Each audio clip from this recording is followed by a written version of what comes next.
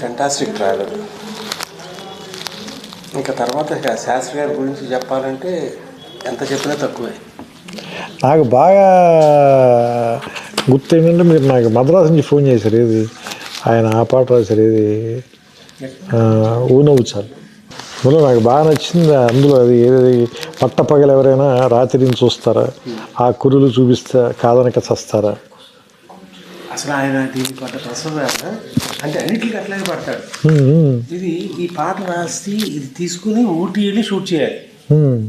ఎక్కడ న్యూజిలాండ్ నుంచి వచ్చాము, నాన్ స్టాప్ అంతా వర్క్ అంతా. సో అవతల శంకర్ మాధవ్ వచ్చాడు కోటి స్టూడియోకి. నేను చెప్పి ఒత్తిడి చేయలేను. అల్టిమేట్గా మనం అందరం కోరుకునేది మంచి పాట రావాలి, కానీ పాట రావాలని కాదు. ఏం చేయాలి, ఓకే పాట ఆపేయాల్సి వస్తుంది, రకరకాలుగా ఉంటుంది.